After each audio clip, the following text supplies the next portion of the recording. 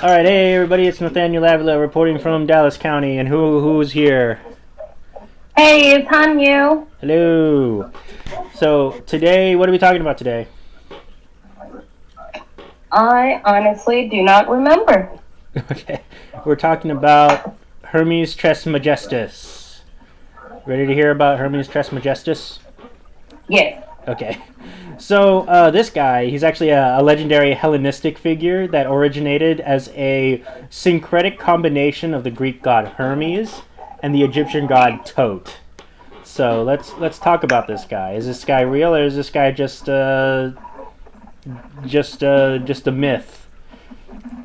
So so Hermes Trismegistus may be associated with the Greek god Hermes and the Egyptian god Thot, as I just said. Now, the Greeks in the Ptolemaic kingdom of Egypt organized the equivalence of Hermes and Thot through an interpretatio Greca.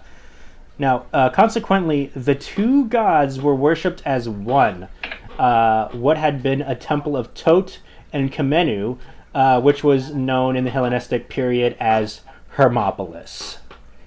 Now, Hermes, the Greek god of interpretive communication, was combined with Thot, the Egyptian god of wisdom. Now, the Egyptian priest and polymath Imhotep had been deified long after his death and therefore assimilated to Thot in the classical and Hellenistic periods. Now, the renewed scribe Amenhotep and a wise man named Theos were colloquial deities of wisdom, science, and medicine, and thus they were placed alongside Imhotep in shrines dedicated to Thot/Hermes during the Ptolemaic kingdom. So that's what's going on. Now, the Mycenaean Greek reference to a deity or semi-deity called Tereseroe was found in two linear B clay tablets at Pylos, and could be connected to the later epithet thrice great. Now that's it's going to be a big theme in this guy's story. Now, Trismegistus applied to Hermes/Thot. Now on the affirmation PY TN 316 tablet, as well as other lineal B tablets found in Pylos, Knossos, and Thebes, there appears the name of the deity Hermes as Imaha, but not in any apparent connection with the Tres Heros. Now, this interpretation of a poorly understood Mycenaean material is disputed, since Hermes Trismegistus is not referenced in any of the copious sources before he emerges in Hellenistic Egypt. So what do we think about that? That's kind of interesting. Mm-hmm. So what do you think what's the deal with this guy? Apparently there's no mention of this person before Hellenistic Egypt, before the Hellenistic period. So what do you think? Sounds like he's been erased from history and legend. I mean, the Egyptians are known to erase history. What was it? Akhenaten, they tried to replace him. They tried to erase him. And they did a good job, too, because we didn't know about him until way later. Also, their only female pharaoh, they tried to erase any existence of her being actually a great pharaoh. Yeah, exactly. I mean, I wouldn't put it past the Egyptians to just, eradicate all, historical records of this guy. Now, Cicero enumerates several deities referred to as Hermes. Now, a fourth Mercury was the son of the Nile, whose name may not be spoken by the Egyptians, and the fifth, who is worshipped by the people of Phineus, is said to have killed Argos Panoptis. He was the many-eyed Greek giant. The many-eyed giant is who that is. Now, and for this reason, to have fled Egypt and have given the Egyptians their laws and alphabet. Now, It is whom the Egyptians call Tate. Now this is all from the lines from what Cicero wrote. Now the most likely interpretation of this passage is that two variants on the same syncretism of the Greek Hermes and Egyptian Thot, or sometimes other gods. The fourth, where Hermes turns out to actually have been the son of the Nile, i.e. a native god, being viewed as the Egyptian perspective, and the fifth, who went from Greece to Egypt, being viewed as the Greek Arcadian perspective. Now, both of these early references in Cicero, the most ancient Trismegistus material is from the early centuries AD, to corroborate the view that thrice great Hermes originated in Hellenistic Egypt through a synchronism between Greek and Egyptian gods. Now, the Hermetica referred to most often as to both Thot and Amun. So that's what's going on. What do we think about what Cicero has to say? What do you think about that? That would be interesting in and of itself, if that is true. So they think this guy might have been an immigrant from Greece to Egypt. So, as opposed to a native Egyptian. Now, the Hermetic literature among Egyptians, which was concerned with conjuring spirits and animating statues, informed the oldest Hellenistic writings in Greco-Babylonian astrology and in the newly developed practice of alchemy. Ooh. Now, in a parallel tradition, Hermetic philosophy rationalized and systemized religious cult practices and offered the adept a means of personal ascension from the constraints of physical being. Now, this latter tradition has led to the confusion of Hermeticism with Gnosticism, which was developing contemporaneously. So, there's that whole thing. So, we heard about the whole thrice great thing. Let's get into what that means.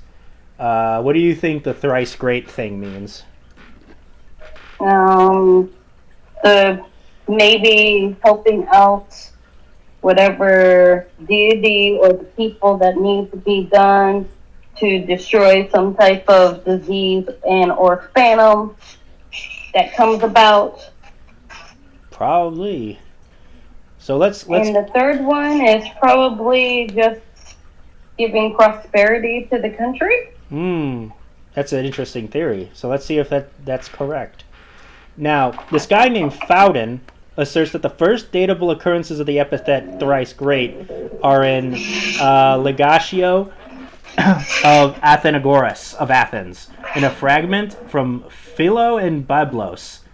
However, in a later work, Copenhaver, another guy, reports that the epithet is first found in the minutes of a meeting of the Council of the Ibis cult, now which was held in 172 BC near Memphis in Egypt. Now, Hart explains that the epithet is derived from the epithet of Thot, found in the temple of Esna. Now, and which was called Thot the Great, the Great, the Great. So they just say the Great 3 times. So now let's go into what the Christians have to say. So the Christians. Oh no. Okay. Now the Christians, including Lactantius, Augustine, Marsilio Facino, and Campanella, and Giovanni Pico della Mirandola, as well as Giordano Bruno, considered Hermes Trismegistus to be a wise pagan prophet who foresaw the coming of Christianity. So, there's that. So that's what the Christians think. They think that this guy predicted Christianity. Yeah, no. You don't think so? Nah. Okay. Speaking of which, this Giordano Bruno, have you heard of that guy? Nope. There was this huge thing that happened in Brazil about this guy who disappeared for a couple of months, and he had his giant statue built of Giordano Bruno. It was a huge deal. It turned out it was just some kind of marketing stunt because he came back and he released a book, which was really bad. So, Of course, everyone wants to have their 15 minutes of fame, including myself, one day. Okay. Giovanni Pico della Mirandola is another pretty interesting figure, but he's a story for another day. Now, they believe the existence of the Prisca Theologia, which is a single true theology that threads through all religions, which is this old conspiracy of all religions is the same thing. Now, it was given by God to man in antiquity, and passed through a series of prophets, which included Zoroaster and Plato.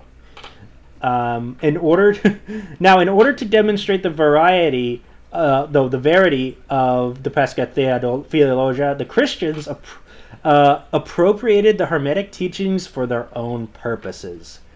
Now, by this account, Hermes Trismegistus was either a contemporary of Moses or the third in line of the men of men named Hermes, like Enoch, Noah, and the Egyptian priest king, who was known to us as Hermes Trismegistus on account of being the greatest priest, philosopher, and king. So what do you think about that?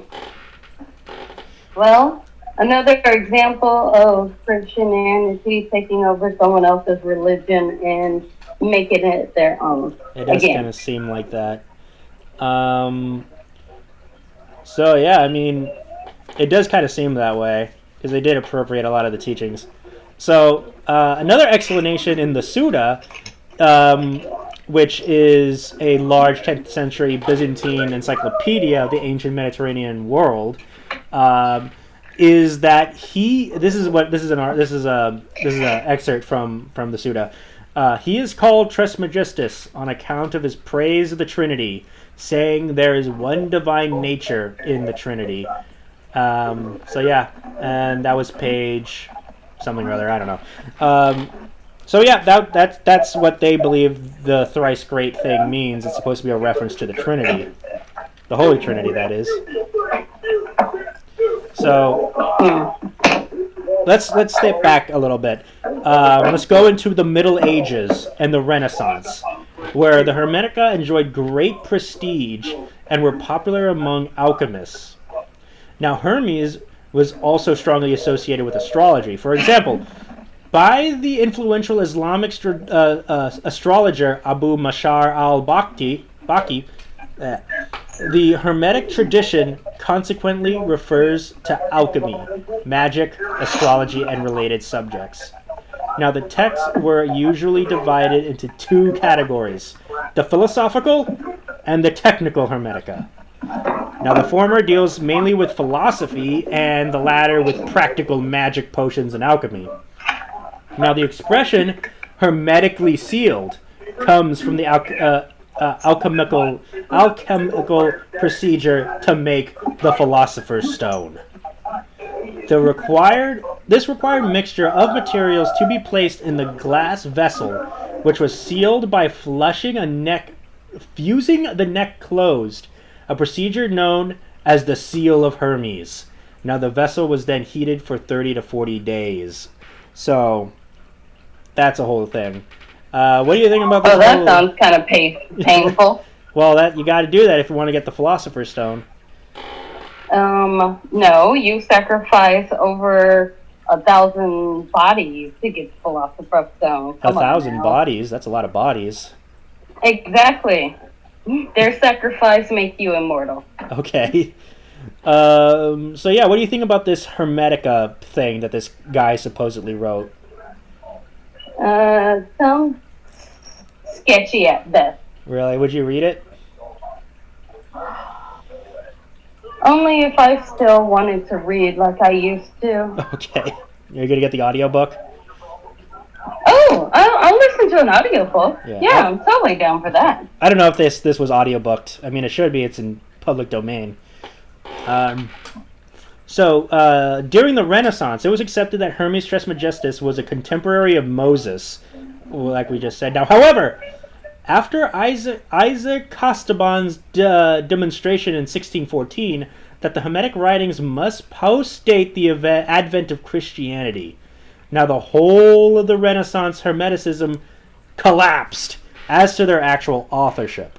Now, this is a line from the Giordano Bruno and Hermetic Tradition, pages 2 to 3. So this is a line from there.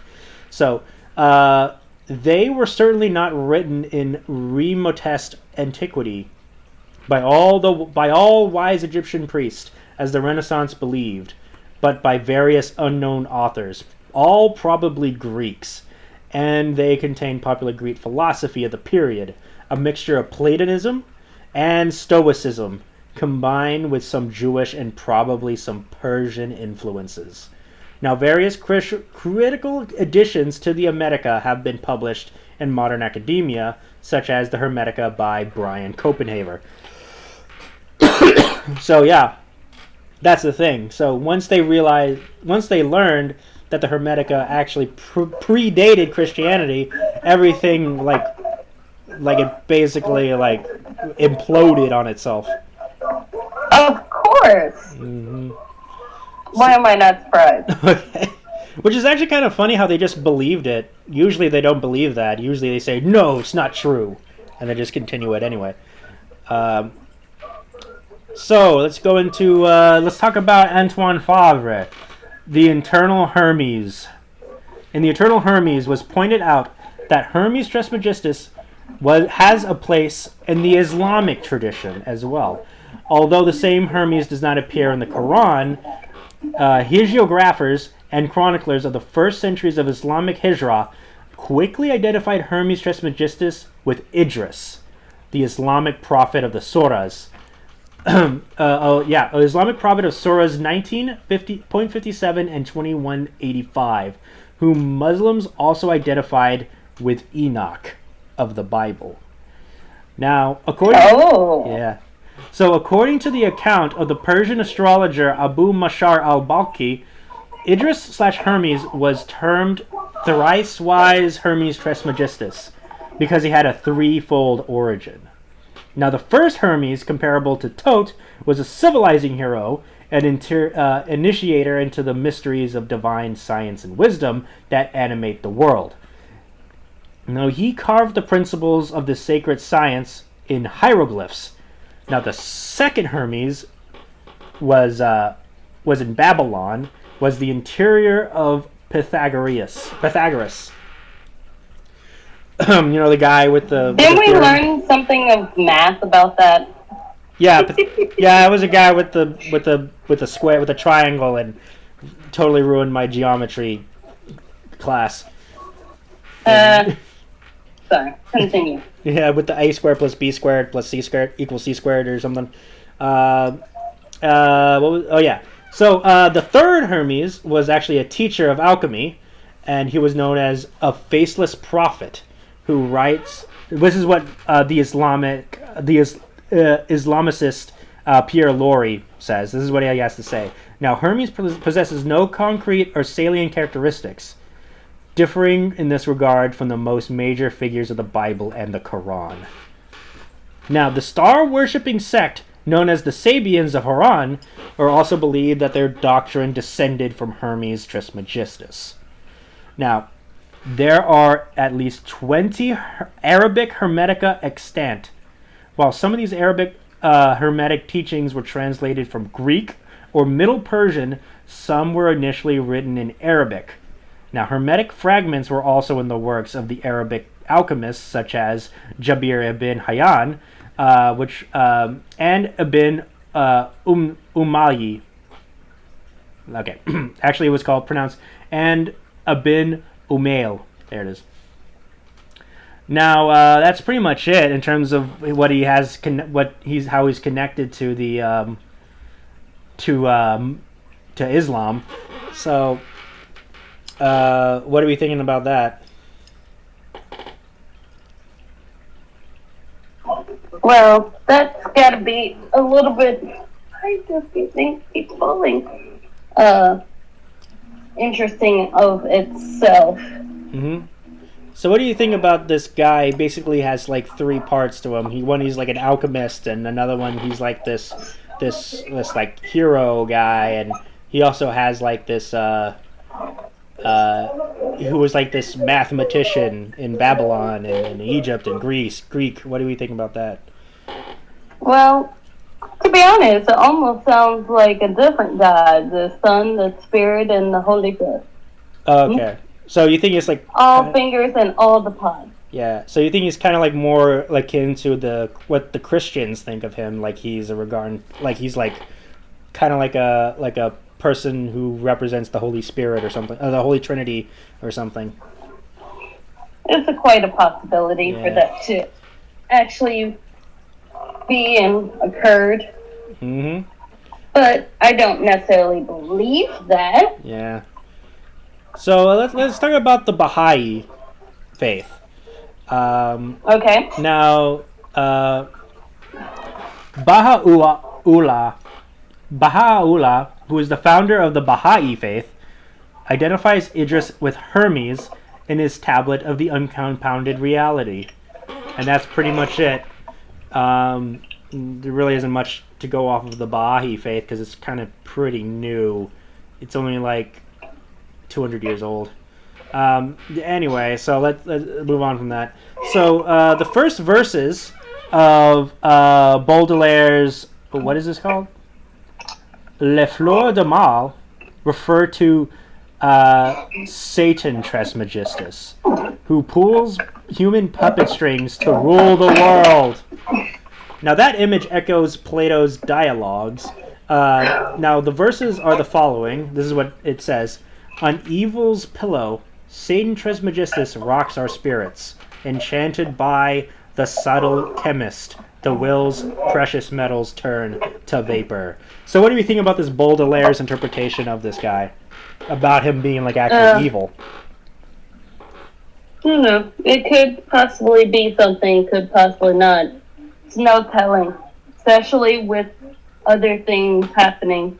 Yeah. I don't know. I take this for the grain of salt because they did like a death, like he's obviously talking about his alchemy, about Trismegistus' alchemy, and I know that people didn't really like alchemy back then because they thought it was evil and bad, which is really just yeah. Science prevails. Alchemy is out because you cannot tell what the science is. Mm-hmm. And yeah, that's pretty much the entire story of this Hermes Trismegistus guy. So, what do we think about this guy? Who is this guy really? Still confused about what this guy is, like everyone else. Is he a man, a god, a philosopher, or an alchemist? Sounds like he's everything. Mm-hmm.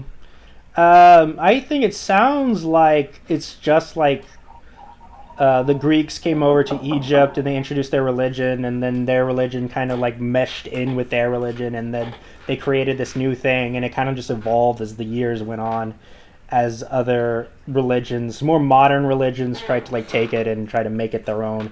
And it sounds like that's kind of what happened. Yeah. Now, whether this guy really existed, I don't know. But then again, somebody had to have written the Hermetica, which is who they said this guy wrote the Hermetica. So if this guy doesn't exist, then who is this? Who wrote the Hermetica then? Probably one of his followers, someone who truly believed that he was a little bit of everything. Therefore, our divine existence that showed us how the world works. Yeah. Casaubon did say back in 1614 that it was most likely written by like a bunch of like unknown Greek authors, probably. So that's probably how those came to be. So that's Hermes Trismegistus. What do you think? Do you think this guy's cool? Cool guy? Good guy? I wouldn't necessarily say a good guy. You think he's a bad guy? But he's all no. I think he's an anti-hero. Okay, he's an anti-hero. Yeah. He goes against the grain. Yeah. All I right. mean, he wants to help out, but sometimes from his own selfish reasons, it sounds like. Yeah. So yeah, that's pretty much the story of Hermes Trismegistus. I've been Nathaniel Avila. And I'm Hanyu. Yeah, and we'll see you guys next time. Bye. Bye. Bye. Thank you for listening to a Vision podcast, home of wacky talkies, the kingdom, evil exists, and many more.